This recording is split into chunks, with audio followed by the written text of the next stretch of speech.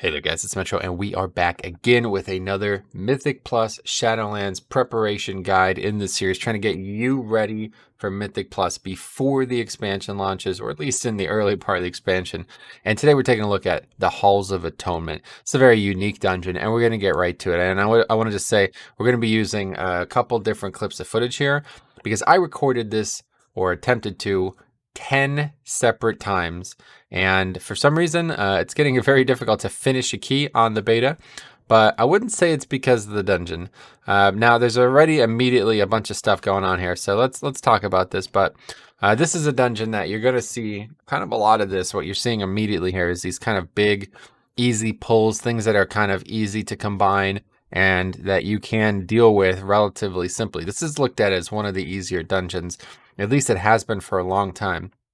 After failing to get past the second boss, maybe probably 8 times out of 10, I'm not necessarily sure I still agree with that, but it's definitely on paper. It looks to be very straightforward, and you're going to see a lot of the reasons why pretty early here. So there's immediately a bunch of mobs. This is 2 pulls, and I always like to start a dungeon with a bigger pull because you know 100% that everybody has their CDs up and everybody's going to use them on the first pull. So there's a couple mobs here. There's 2 like Venthyr, like big Venthyr dudes, and then there's a bunch of mobs that kind of look like dogs or something like that. So let's take a look at what they actually do here. But I would definitely recommend making this pull. It's really not a problem. So there's this archer mob. I'll tell you the name of it in a second after it's done casting, but it's going to do a couple things that you really want to be aware of. One of them's that rapid fire. Not that big of a deal. It's the Hound Master, by the way. Whenever you see a Hound Master in this dungeon, you need to be very keyed in on what it's doing, and especially if you're the tank, you need to be ready to deal with what it's doing because it could easily turn on you in a second. So this pack is always, this mob is always surrounded by these little dogs or whatever you'd consider them, and they are a lot more dangerous than you might think. They put this bleed up. Pretty sure we look at it at some point a little bit more, but yeah, this bleed stacks pretty much infinitely here, and it's really it's very painful. Let's put that. This is arguably the hardest 2 mobs in the whole dungeon, and they're going to be present right out of the gate here. So just be aware that it's very often that this Hound Master could actually, like, you could actually wipe to this pack, even though it's the first pack in the dungeon and you should have all your CDs up. If it doesn't die right and you make a mistake here or there with the mechanic, you could easily die. But that time it dies very quick, so we won't be able to talk about exactly what that mechanic is quite yet. Now, in case you're wondering what those spiteful shades are, that's a new affix. I've covered affixes. I don't want to talk about it too much, but I will say that the Spiteful affix has substantially changed the way this dungeon goes. These mobs are actually really a pain, and we're going to spend a lot of time on them. So any volume, like high volume dungeon is going to be a pain. Now, before we continue, you will notice this thing over here, Loyal Stoneborn. I believe there's like 6 or maybe 8 of these. I'm not sure. They're kind of on parallel sides of the dungeon. And what they are is they are the Venthyr buff. So if you're not aware, every dungeon has like a Covenant specific buff related to its zone. So this one's in a Venthyr zone. This is the Venthyr Covenant buff. And I'm not 100% sure how it works, but all I know is you can just go up and either activate them in some way or talk to them, or it just automatically activates. I'm not exactly sure. But if you don't do that and you aggro them, they are like something that can kill you and that you can fight and all that. Like, they're just regular mobs, and you could kind of mind control them as Venthyr, and they will do a lot of damage. So in a lot of keys that you might do in the future, you might see a lot of people trying to really min-max this. And I will tell you, it's worth it. It's something that if you can get multiple, like, it's possible to get 2 and you pull them together and then they do a ton of damage. Individually, they do a ton of damage. They don't last too long, but they are extremely important.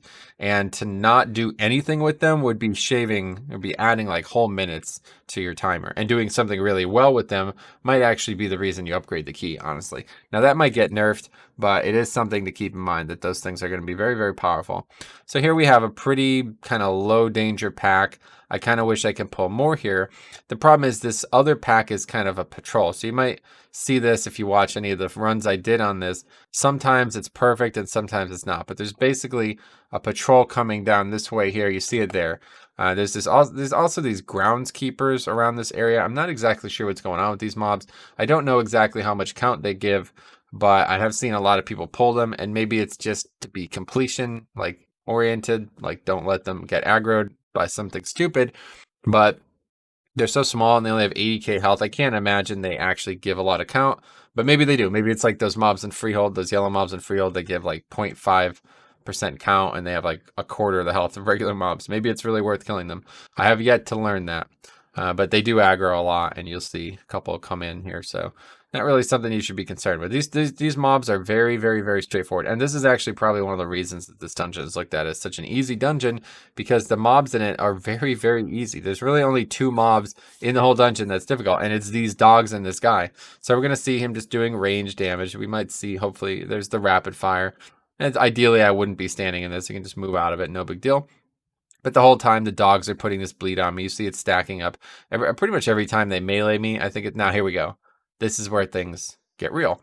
So they got this bleed on me already. I'm taking a fair amount of damage, stacking physical bleed. But then here they do this mechanic. Loyal Beast. Great little nod to Game of Thrones, of course. And the mobs are going to be absolute monsters if they get this cast off. They're enraged, first of all, so it can be dispelled by a druid or whatever. And they are definitely not going to be you're not going to want to get hit by them. Once they're this enraged, and plus that bleed, you're dead, 100%. I don't care like where you're at, if you let this cast go off and you face tank both of those bears or dogs or whatever they are after it goes off, you're going to die. It does a ton of damage. And if you can dispel it, you can do that with the whatever, de-enrage. But obviously the way you want to handle this is just not let it go off, okay? Which it doesn't, because we kill it. But you might see throughout the dungeon, things like grip, knockback, stuns, pretty much everything in the game that can disrupt the cast will disrupt this cast. It's not an actual cast though, so you can't interrupt it. And I don't believe silence or anything like that would work. So yeah, just be ready. Death Knight is extremely good for this dungeon for that reason, because Gore Fiends, single grip, single target stun, pheromones legendary, all of these things can interrupt it and have done so for me without much effort at all. Other tanks, you're going to have a lot, maybe potentially harder trouble here, but it's still something that you should be aware of, because, realistically, the group's not going to help you with that as much as they should. And there's a lot of like guaranteed death ahead of you if you don't do it. Okay, so now this is technically 2 packs, and a lot of people do this in a slightly different order, but for me, the keys I've been doing, this is fine. Now, there's a couple things that work here, okay? So we have these 2 guys who are casters. They're relatively, they do some casts, you want to kick them, but it's not really anything specific that you need to be super aware of. And I get baited into interrupting these things all the time when I shouldn't. What I should be doing is looking for that mechanic there, collect sins, okay? What this does is it spawns a bunch of these little ads constantly, all right? So it's difficult to see, but you see it's already spawned like multiple. There's a bunch out, and the cast is just going off full without anything. So it's spawning a ton of mobs. They don't give count. Maybe they aren't that dangerous, but there's no reason to let these things spawn. Just interrupt that cast. The longer it channels, the more mobs it spawns. And on top of that, you have these dudes casting, and you have this, like, I've been calling it a church elemental because I think it's kind of looks like that, but I don't know exactly what you would call this. These are basically like mini bosses that are part of the dungeon. In order to progress through the dungeon, you have to beat all of these. You'll see it at the top. You can't activate the first boss until you kill all 3 of these. I was really hoping there was going to be like 4 or 5 of them and you were going to have to choose your route, but that's not what ultimately ended up happening here. So instead, you just fight these guys in kind of in order. You can do in any order you want. I like going right here first, the way we went in this dungeon, because the other 2 are on the same side.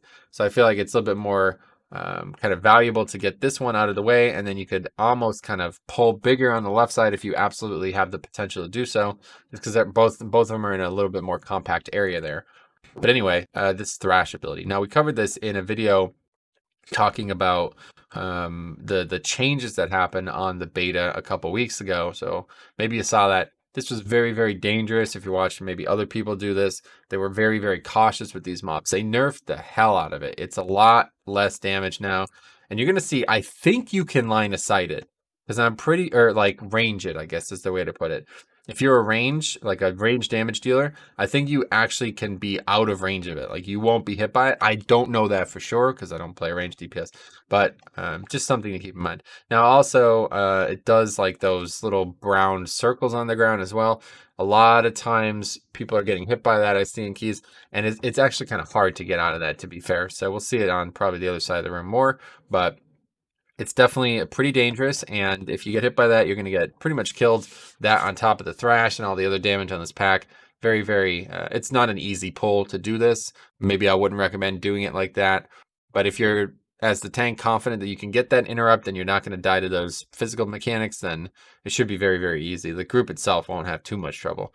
But here we go. We have the first manifestation of Pride now. Unfortunately, the other footage I use is only from a 7 because that's the best I can get. But we can tell a little bit about when these things are going to spawn. So right out of the gate, I'm not in love with this spawn because we're done with this area, right? So this might not be a good idea here. We're going to get the buff, and then we're going to have to run all the way across the whole dungeon. And by the time we get over there, the buff will basically have been expired. So this isn't really a good thing. And I'm sure there's like, let's put it this way. There's going to be a whole meta game to dealing with this buff and dealing with it well, okay? And that is definitely the thing I'm the least able to help with right now. I'd say the least interested in helping with too, because a lot's going to change, and a lot of it is really not pug friendly at all. This is a great affix. I love it, but I could already see a lot of people, like if you wipe with this buff, people are just going to immediately disband. So anyway, again, if you're seeing it for the first time somehow, I would look into it. But long story short, it's actually very dangerous, especially with Grievous. You see what this is here? Everybody's got multiple stacks of Grievous, and some people are at 20 or lower % health. Very, very dangerous. This mob is actually the hardest thing in the game right now. I would say the hardest thing about keys right now is not dying to this mob. It's kind of crazy. But as soon as, it happens, everybody gets the buff, and the healer has infinite mana, so it should be pretty easy.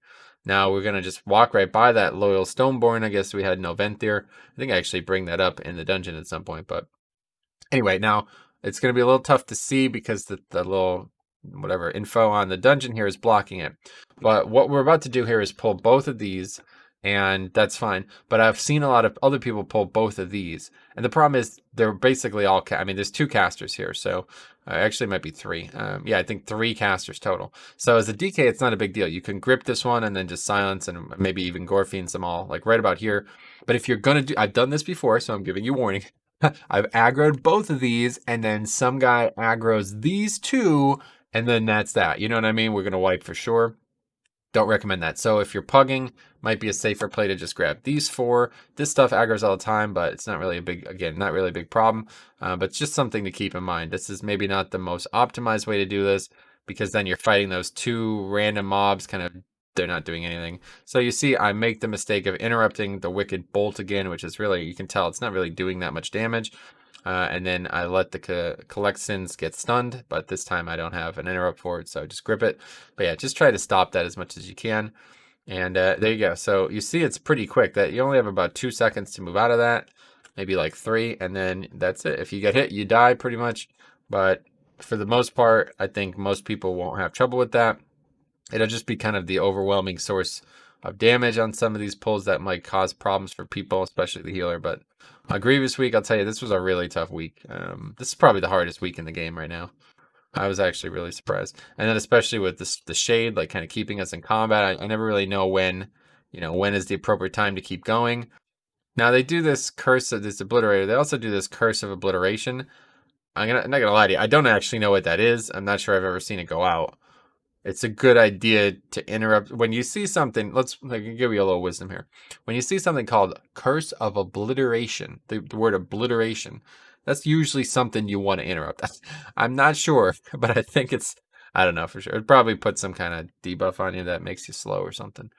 Okay, anyway, here's another great. You see how they're just coming together? It's like, as a DK, I'm salivating at this. I'm like, oh, they're freaking made for me. You know what I mean? It's like everything's perfect. You can pull these together. There's even another pack over here if you really want to get fancy. All you need is one good grip. You don't even need Gore Fiends. And that is that. Another great little pull here. Part of the reason this dungeon is so easy, maybe straightforward, more so not necessarily easy. but because it's so easy to multi-pull. It's kind of like Mother Load, maybe a little bit more like Freehold in certain ways, because you can get a lot of count early. I'm not really going to talk about that, but it is something I've seen people do. I do think it's overblown though. A lot of people say oh my god, you can get like 100% count before, well, not that, but like people would say like you can get like 80% count before the first boss. It's like, yeah, you could do that, but there's mandatory count at the end of the dungeon regardless. So it's not really that big of a deal. The thing is, the beginning trash is so freaking easy. Like, it's the easiest trash in the whole game right now. And if you were very savvy, you would definitely make use of that. The thing is, you don't necessarily need a rogue or any coordinated skips to do that. So I think it's pretty oversold. And honestly, if you just did the normal route that I'm doing right now, you're going to be at about 80% count without even trying to skip anything. So it's not like Freehold where you need like a billion mobs and you're just, or Motherload more so, where you're just fighting mobs over and over and over and over again, and then you're not fighting mobs again.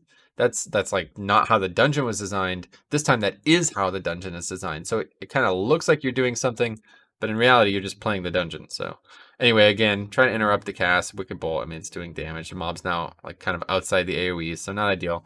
Otherwise, just be ready for the dogs. You see I have multiple stacks of this bleed. It's going to get pretty wicked. And it's not, unless you have, I guess if you're a Bastion person or whatever, a little owl friend will give you a potion that can get that off you. But yeah, I'm an adult, so no, I'm just kidding. Anyway, yeah, I don't use that Covenant, but I'm sure it'd be useful there. Or if you're a dwarf, which is also good. Now, I accidentally hit people with that. That's my bad. I guess, I don't know. I still don't really know. Like, what do you think? Is it better for me to just stand still? Or if I see I'm clearly going to hit multiple people, should I move?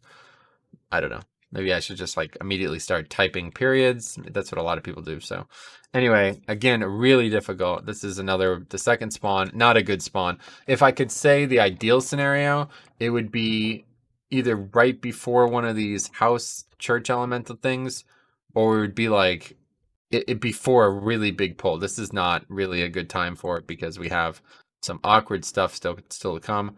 Actually, yeah, I die. Not ideal. But yeah, no, I would definitely not say we handled this well. Then we do the patented run backwards, but I don't think it matters. We're going to be all right here. But anyway, yeah, so if I was doing this in a really, like, I still just can't believe that we don't have event there. It's kind of bizarre. It's very popular Covenant, so I keep waiting for somebody to mind control that, and it just never happens. It's actually a pretty tough mob. I don't know 100% of what it does. I think it just does like a frontal slash, but stone breath as well. Usually it's mind controlled, so this is probably like the second time I've fought it and it not get mind controlled, But anyway, yeah, again, these packs with the dogs, Houndmaster, just make sure you're sitting on that interrupt. Don't let that thing go off because, even if you don't die to it or, you're not worried about it for some reason, it's just, you have to kite. Like, you can't eat the melees from that. It's just not going to happen. So that's just really lost time, you know what I mean? There's no reason to do it. But yeah, so ideally you might maybe try to pull this Stoneborn dude over here and then use him to help kill stuff. Or, this would be a good time to have the buff coming into this pack again. It's more dangerous than you think. And again, you're watching a curated selection of video here. I would like to show you the other 8 videos where we wipe here, disband here, people complain and leave, all this. This is harder than it looks. This group is actually good, and I've heard a lot of people say a lot of bad things about Mistweaver, and even had one guy say like the spec is not functioning, and I don't understand that. But I've had a lot of really good experiences with Mistweaver, and I'll tell you what, I've seen a lot of videos of Mistweaver doing well too. So I don't have anything against Mistweaver, and this guy's doing well. He just DCs. That's the reason we don't end up finishing this one. But anyway, another big pack here. Now you see, actually, yeah, it does look like there's like an asymmetric amount of these. So there was one here, the Loyal Stoneborn, that is. There was one right here, like where we've just passed. There's one there, and then there's one on the other side of the dungeon. So you could actually, if you're really savvy, you could somehow probably pull all 3 of these into the boss, and it's probably just going to solo the boss, those 3. Not solo, but it's going to make it substantially easier.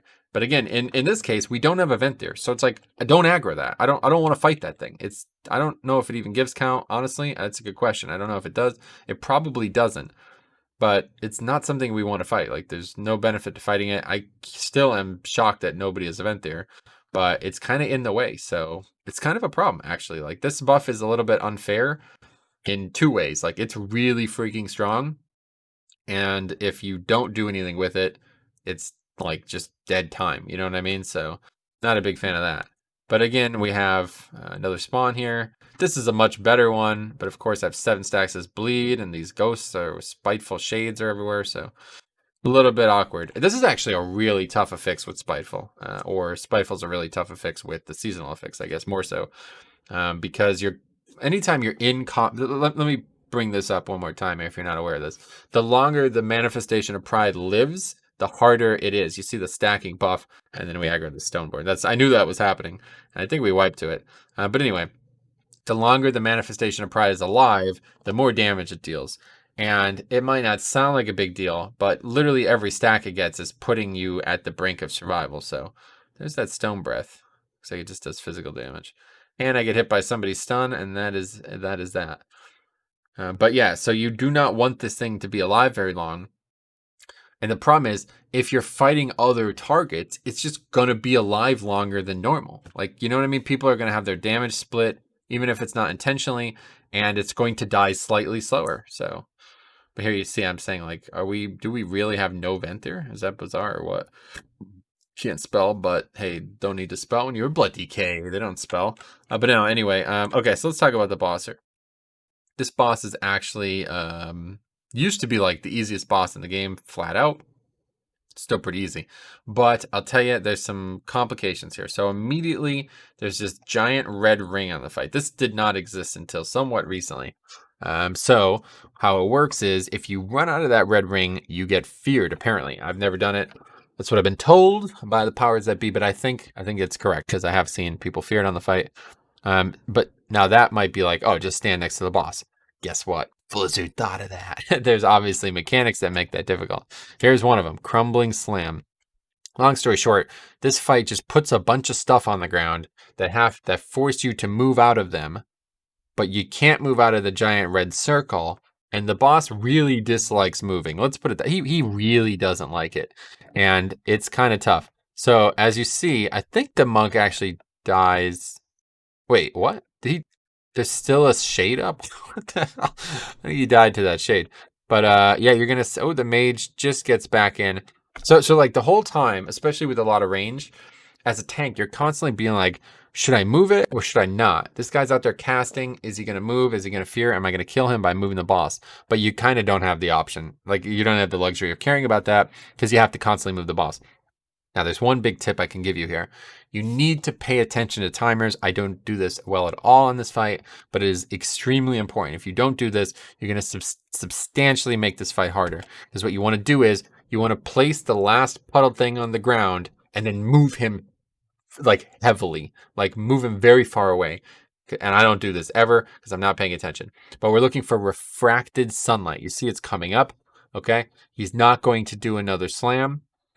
I don't think so. Yeah. So you want to figure out when that last slam is, or whatever that thing that drops the puddle on the ground. It's not really a puddle, but whatever, the black or the reddish black stuff on the ground.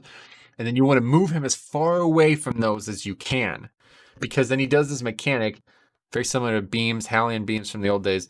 It's going to move and then it's going to turn. And you're going to have to make sure you're not get hit by this, because if you are, you're going to die. A lot of people are going to die of this. But the problem is, you run through that puddle. Pretty sure it slows you as well as does damage. So it's quite difficult to dodge this now. And luckily, as a tank, especially DK, it's trivially easy. I don't even care. I can literally survive it no matter what. Just bathe in it. But everybody else has to move. And you see that a Warlock especially, he's struggling. He's getting hit by it. He's standing in the stuff on the ground. He's dying. And that is all because of me. It's not because of him. He didn't do anything wrong. The beam forces you to move, otherwise you die. And there's nowhere to move to. You have to stay within the circle. So when like 30% of the circle is covered by this glass on the ground or whatever, well, that's not going to work out, is it? So I'm trying to be conscious about dropping them in good spots, but it doesn't even matter. Instead, what would be more important is just vacating. And I don't do that at all. But I'm pretty sure you can just, so basically now there's not going to be another slam. So I don't think there's going to be. The timers aren't perfect. I haven't downloaded DBM in like a year, so that could be why. But yeah, refracted sunlight. Yeah, so it's just like, I think it's 3 slams or something. and then refracted sunlight. But again, once like the game's out properly, the add-ons will work better. You'll be able to tell exactly what's going on here. But yeah, that mage is kind of in that position where like he's kind of crammed into melee. Our whole right is death, and he doesn't really have a lot of options. So that's the whole fight, though. It's actually the whole fight. And if you can do what I'm trying to do there, like place them all on top of each other, makes things slightly easier. But I'll tell you what I'm doing right now is a little risky. There's a bunch of trash over here. So you don't have as much room to fight this boss as you would think. And eventually the room's going to fill up. Now, hopefully you won't have 2 people dead for most of the fight. That doesn't help. But anyway, that's pretty much it for the boss. There's nothing else to see here. It's just the mechanics alternate, and it's quite difficult to dodge them. Hard, especially if you're not a tank, because you don't have the luxury of just running through it and surviving it. Yeah, I knew that was going to happen.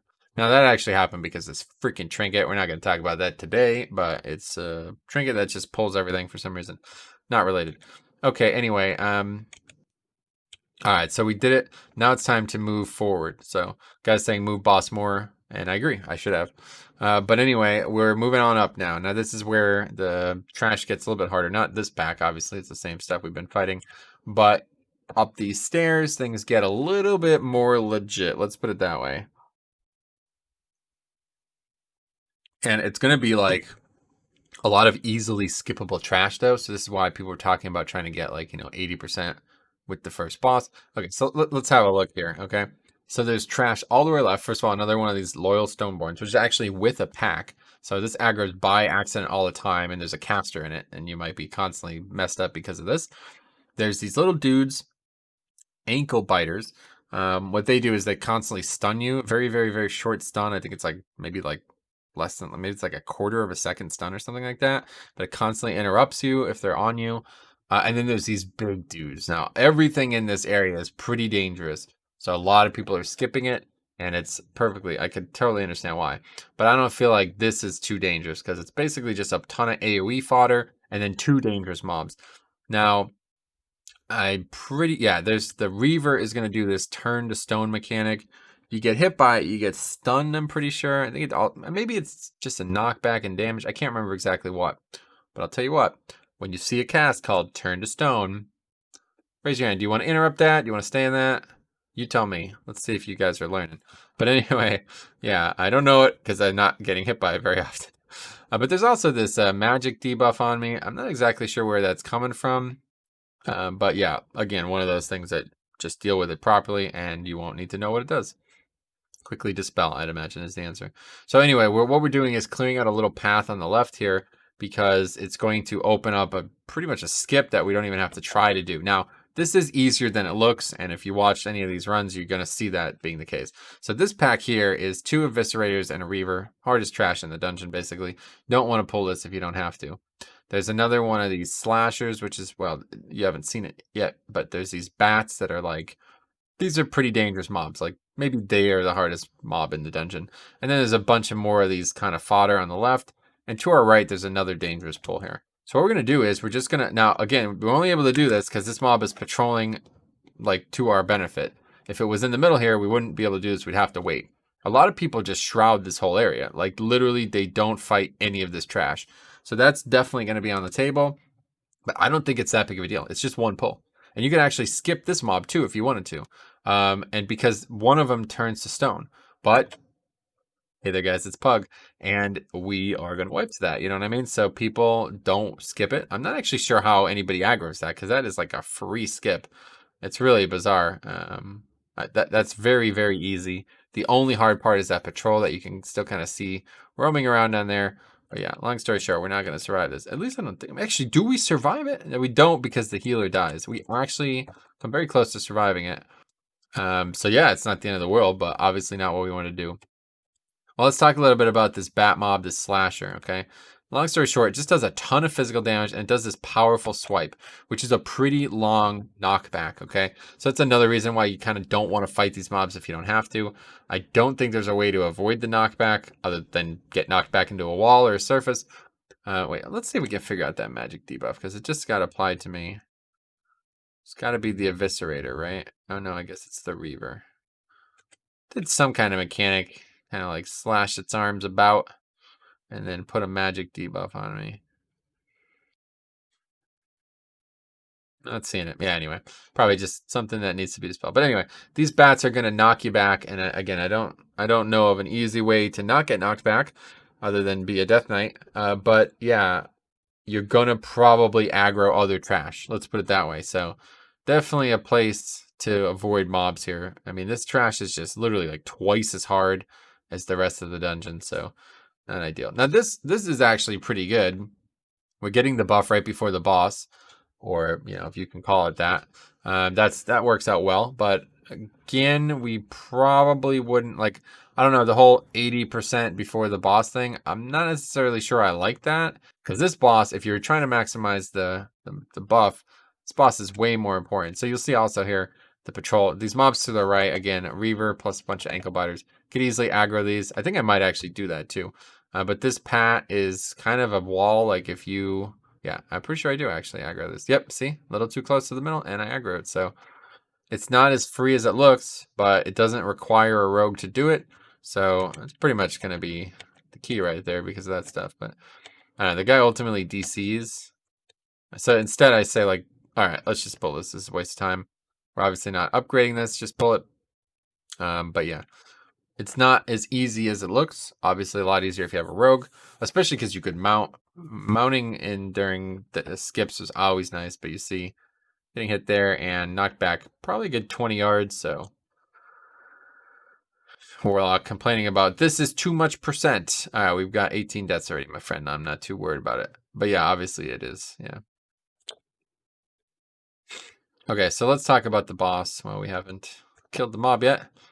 Okay, this is arguably, I don't know, this boss is actually really difficult numerically, but a lot of people probably don't feel like it is because it's got so little freaking health. It's kind of absurd. So when you open that door, that might be a surprise to you. I should probably not gloss over that. The door spawns the boss, okay? And the boss just runs out and knocks you back. So I'm not necessarily sure if you want to be the one that happens to as a tank, but it's probably going to be you because nobody else is going to do it. But just keep in mind, it's going to knock you back pretty far. Warrior can charge in. Maybe DK uses something there, but I don't really think it's that big of a deal. It's just something to keep in mind that you might miss a global or two here. So threat might be an issue. Now this boss it's got not a lot going on, but the stuff that is going on is freaking brutal, all right? So there's Blood Torrent. Long story short, just a little puddle on the ground. Now, it doesn't look like a big thing, but that could be a bigger thing because of how this mechanic works. So you got 6 Undying Stone Fiends, 3 on each side. Guess what? They're casters. They really like to not be in melee range. But guess what? We played the Blood Death Knight, so they don't have a choice. But no, of course, any other tank or anybody in general is going to probably have trouble with these mobs. They're going to try to gravitate, obviously, towards the healer. And they kind of have this little grace period here where you see where they're not casting for a bit. But as soon as they start casting, they don't really like meleeing anymore. So Gorfiend's extremely valuable for this. And it's not just to get them killed faster, okay? Now, the thing is, when they die, they explode. So a little bit of a give and take here. Gorfiending them all together and killing them instantly is nice, but it's not nice when you kill your teammates. So I do think this is a really tough fight because of that. Like, you have to kill them fast because they're going to do a bunch of other damage, but you kill them so fast, you might wipe to it. And this could be a big problem on some keys, especially Greaves. Now, the reason you want to grip them all together, though, is not just because it's easier to kill them. If you do not hit them with this Stone Shattering Leap ability, they will respawn, okay? Every time he summons them, any ones that weren't killed, basically they don't die, they just turn to stone, right? Now, then you break them with this leap, and if they're not broken, they're just going to come back, okay? So it does a bunch of damage. I think this is the thing that stuns you too. Oh no, it's not. There's a curse. I actually debuffed, or whatever, AMS this debuff. Okay, so watch. This is actually like Blood DK 101 right here, okay? We got a bunch of casters, Gorfiends. Into D&D, boom. We can also use AMZ there, taking a lot of magic damage. Here, he does a Curse of Stone. You see that? I AMS, it's on cooldown, I just used it. AMS, he's putting a Curse of Stone on all 5 players. And it is going to stun them after it expires. That's how it works. Yeah, so that's a problem because if you're stunned and you have that big gray circle, it's harder to hit things. I found that out. But no, of course, I think it also slows you. I think it like gradually slows you to not being able to move more than just a straight up stun. But anyway, that's the whole fight. That's literally it. That's actually the entire fight. So if you killed the boss so fast that you only had to deal with that once, and there wasn't these big red puddles all over the ground, and you weren't constantly having to worry about all these ads out at range and having to move and having to deal with all of the casts, this is like the easiest fight in the game, right? Complete freaking joke. But you know, and then another thing is like this leap happens when there's not even any ads. So sometimes it's almost generous. Like you don't need it. So it's like, okay, well now if we missed one, we had another chance here. So it's not the end of the world. But you're gonna see this immediately. Like I'm doing a pretty decent job at corralling these mobs. They don't want to come anywhere near me. Like it's just straight up casters. So that's why you need the extra leaps, right? Because like they're not going to die together unless you get them to die together. They don't want to do that. The leap is pretty big, to be fair. So a couple interrupts should keep them all in range of one. But I'll tell you what, there's definitely going to be times when you do not get them all in range of one. But that's actually the whole fight. So again, just this fight really favors defensive classes, bulky classes, because there's going to be a lot of damage that you just can't avoid. Like you're not going to be able to do much about this. You have to kill these ads. There's no option. Like you're not going to just not kill the ads. I assume you'd. I actually don't know what would happen if you didn't kill the ads. To be fair, if you just killed, like straight nuke the boss, ignore the ads, would you kill the boss? I don't know. These villainous bolts seem like they would do a lot of damage, but maybe they wouldn't. So I don't know. But yeah, I know that, you know, just keep in mind that these mechanics don't always line up perfectly. There's been a lot of times where we've wiped because the ads aren't dead yet. It almost severely benefits you to kill these ads as fast as possible because then you guarantee that you can break them easier. Whereas now, if that elongated another full phase, we might not have had 2 leaps there because the way the timings worked out, it didn't give us that. So anyway, now here's a pack with a bunch of dogs, 3 dogs and 2 Houndmasters. So if you're having trouble with these mob types earlier in the dungeon, this is going to be the hardest pack in the game for you here, for in the dungeon anyway. 2 Houndmasters, very difficult. Both of them are going to try to cast that Loyal Beast, especially if you let them live for too long, okay? And one of them just got it off. Thanks. Oh, second one. Oh, wow. Second one just got it off. Those beasts are very loyal. But you haven't fed them in a while. So they're going to attack you. Now, anyway, obviously not what you want to see, okay? It's actually a pretty tough pack, though. Anyway, at this point, I want to shift to the other footage. Okay, so here we go. Another big pack here. And again, we got some casters. We got some things that are going to be problematic. So you're going to want to pull those in. I think you want to like do it like this. I think this is definitely the right play. If you're not a Blood DK especially, you want to try to line of sight. And we have one of these collectors, which I didn't actually recognize many times through this dungeon. But yeah, there's one of the mobs that were with those house elementals or whatever, church elementals. And it's going to be casting this animated sin. You see all these little ads. And the ads actually appeared to not have a threat table. Maybe they do, but I'm not getting threat. One way or the other, not ideal. So don't let those things get cast. Very easy interrupt. And then as you see, this is actually pretty hectic with Spiteful. Because we got all kinds of ads everywhere. People are like running around in circles. Somebody's got threat on that thing somehow. So it's not a very dangerous pack, especially if you can get it in quickly. But fair amount of casting, fair amount of pesky stuff going on there. And that's it. That's the end of the trash, basically. There's one more trash instance. You're going to get count. We'll get with 93%. So you didn't see this full run here, but this is 93% without trying. We didn't skip anything, okay? And we're good. We have perfect count. And again, there's these 2 loyal Stoneborns here, which ideally you won't get meleeed by and die on a Grievous week. But yeah, anyway, so you could bring both of those up to the boss, and that should make that boss even easier. So, you know, there's a lot of, how do we even get by this? Yeah, so one thing here is if you do skip this, see, for some reason, like they go into stone form or something like that. So it's pretty easy to skip this. It's not really, like I said, this isn't one of those skips where like, man, if you wipe here, you're never going to be able to skip it again. You need to wait. It doesn't really work that way. But anyway, I guess we're not going to use those bats yet again. But yeah, so if you did use them, it would be very powerful on this boss. This is another boss that is just like a really odd boss. Really, all the bosses in here are just so easy compared to some of the dungeons. And this boss is like, it's almost bizarre. Like, I don't really understand what they were going for with this boss, because you fight it in a very, very, very small area. Long story short, there's just a bunch of casts to interrupt, and then a ghost comes down, and you want to make that ghost go into one of these anima container looking things. And that's it. That's the whole fight. Volley of power, obviously, probably a good interrupt, you know?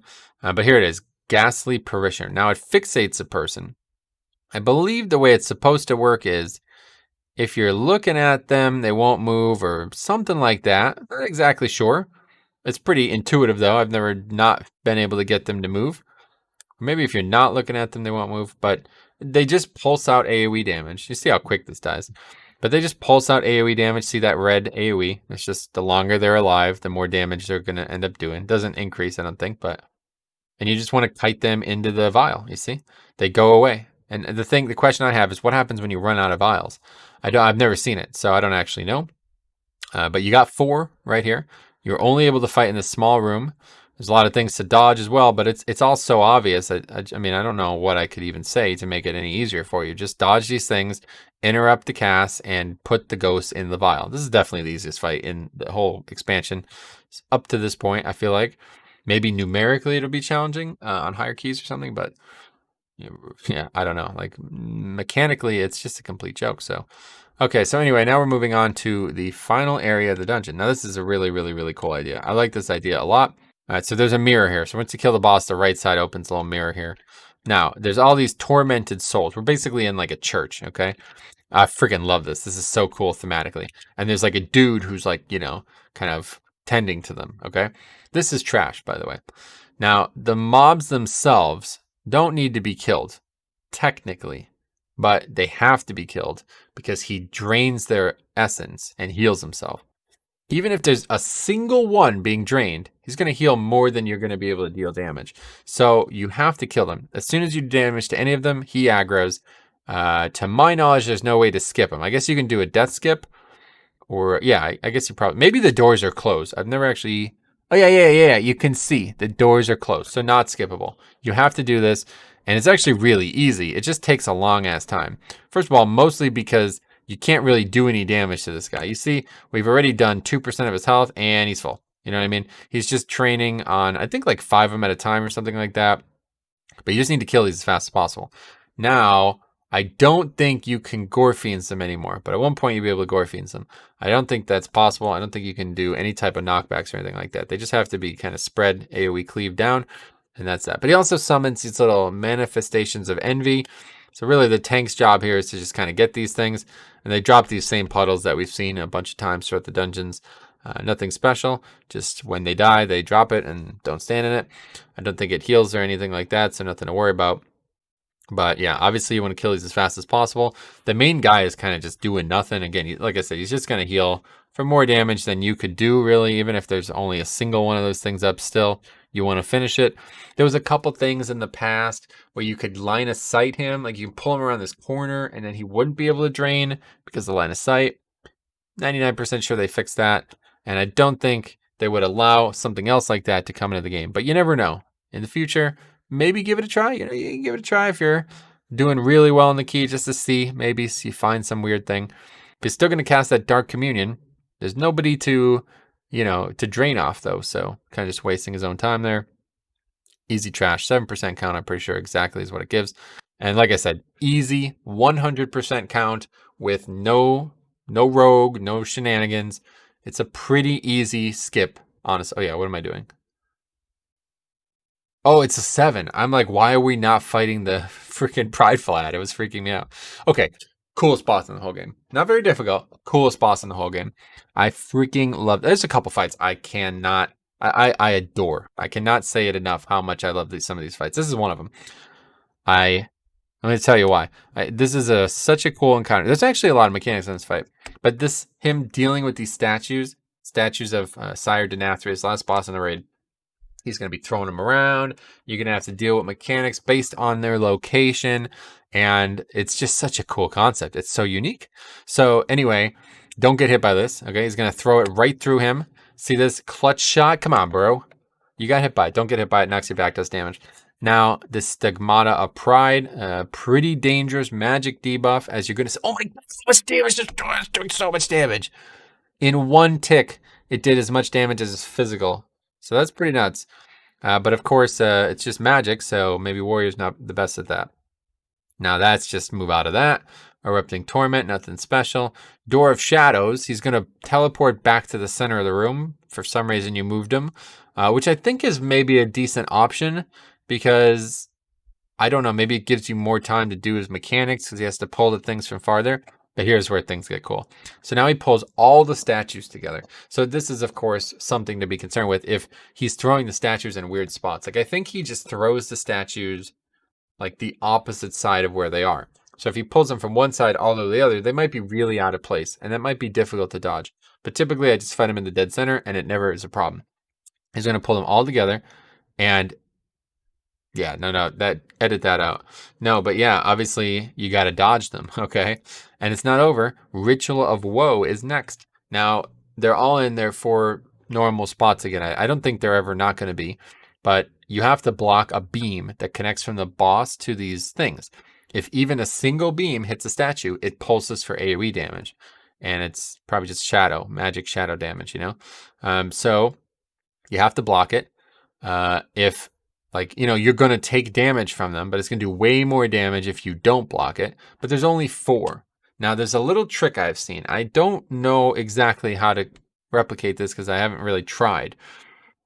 But it does look, if you stand kind of right in the center of them, you'll soak multiple of them. At least, you know, it's a tank, you want to do that. Probably don't want to do that as a DPS, but I think I've seen it, and I'm not necessarily sure how to pull it off because I've tried it and it didn't work. And honestly, it's a little, like, if you're not sure, I wouldn't try it, because if you're like, oh, why am I not blocking 3 of these and nobody else is even trying because of it, you're just going to wipe. It's just not worth it. Just block the beams. Very easy. But it is a little trick that maybe it will work in the, you know, a little bit easier in the future. I don't know. Maybe it's like if you're a Tauren or something, it's easier. I didn't have a lot of success when I tried it a few times, but yeah, anyway, so you see the statues kind of out of place now because of the order of mechanics. But yeah, just make sure you're not getting hit by them when they come through. Still taking tons of shadow damage, very, very high magic damage fight. And now we just got to block, and that's that. And the 4 people who block, you're going to get a lot of stacks of Grievous. Let's put it that way. But for the most part, on most weeks, pretty easy. And that guy actually dies. So you see that guy dies, and then it continues to channel on the statue. So I freaking love this fight. I'll tell you what, it's such a cool concept watching him throw these statues around. And oh yeah, maybe he throws the statues at players, because that one definitely took a weird route. But anyway, it's just, yeah, bunch of mechanics back to back to back. And oh yeah, he definitely throws the statue at players. Okay. That's interesting. Oh yeah, and there's also this Unleash Suffering, which, I guess try not to face it at the group, I suppose. Good tip there, but really cool concept. I love this fight. Hope you guys will love it too. If you have any questions, let me know.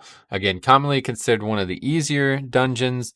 Haven't necessarily found that to be the case when I'm testing it, but it's definitely really open, really straightforward.